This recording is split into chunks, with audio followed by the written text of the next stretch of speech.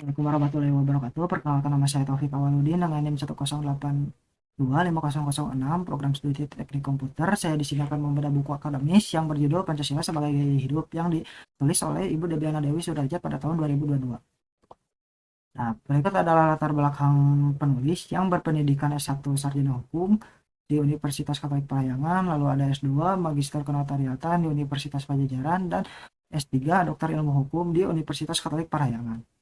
Untuk latar belakang penulisannya sendiri, beliau merasa dalam pelajaran Pancasila ini terasa jenuh lah bagi mahasiswa. Jadi keprihatinan inilah yang mendorong beliau untuk menulis buku Pancasila sebagai Gaya Hidup yang relevan dengan keseharian digital generasi muda. Untuk karakteristik generasi di ruang digital, untuk generasi milenial sendiri, mereka itu generasi yang bertransisi ke teknologi yang sangat menghargai kolaborasi dan keseimbangan hidup kerja. Untuk fokus aktualisasinya, mereka menggunakan platform digital untuk jaringan bisnis sosial.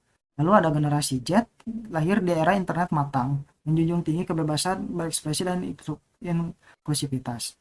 Fokus aktualisasi mereka yaitu pembelaan hak asasi yang bersifat instan. Ada isi pembahasan bukunya, yaitu Napaktilas Sejarah Pancasila, menelusuri proses lahirnya Pancasila, peran BPUPKI, dan pemikiran para founding fathers. Dan untuk potret generasi milenial dan Z, menyajikan hasil riset kuesioner terhadap ratusan responden muda untuk memetakan pemahaman dan sikap mereka terhadap Pancasila. Yaitu ada, dan yang ketiga ada reaktualisasi metode pengajaran, menawarkan gagasan metode pengajaran Pancasila yang lebih aplikatif. Nah, ada kaitan dengan nilai Pancasila dalam buku tersebut, yaitu sila pertama, toleransi dalam beragama, menghargai keberagaman dan keyakinan. Lalu untuk sila kedua, etika virtual, menjaga kesantunan berkomunikasi dan menolak cyberbullying. Untuk sila ketiga, persatuan digital, menyebarkan konten pemersatu dan bersama-sama meredam hoaks yang memecah belah. Untuk sila keempat, musyawarah dan demokrasi sehat, menghargai perbedaan pendapat dan menghindari cancel culture. Sila kelima, keadilan sosial digital, mengadvokasi akses informasi yang setara dan memanfaatkan platform untuk kasih kemanusiaan. Lalu ada kaitannya dengan nilai kewarganegaraannya, integrasi antara Pancasila, kewarganegaraan digital, menegaskan bahwa kebebasan bersuara harus selalu berjalan seimbang dengan tanggung jawab. Dan ada tantangan keadaban digital Indonesia. 78% netizen terpapar berita bohong secara berkala, dan 65% pernah menyaksikan atau menjadi korban cyberbullying.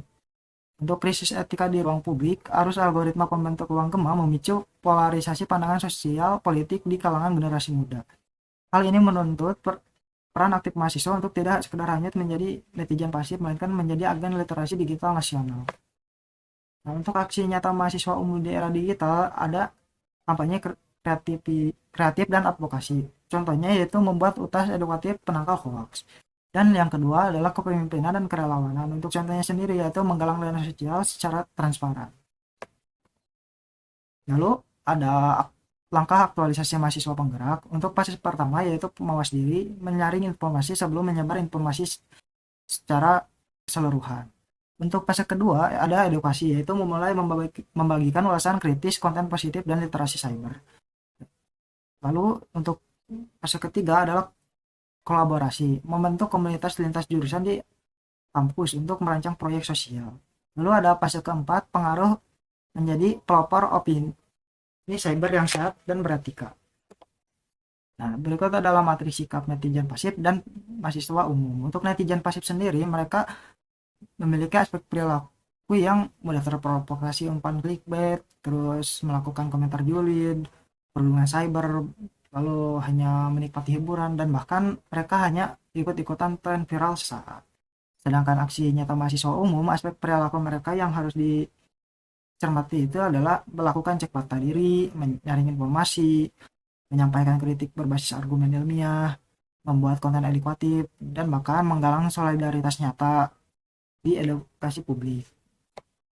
Nah, berikut adalah pesan penulis. Pancasila tidak pernah mati, ia adalah ideologi yang hidup yang napasnya mengalir bersama detak teknologi, menanti sentuhan kreativitas jempol anak muda untuk mengubah dunia maya menjadi ruang yang memanusiakan manusia.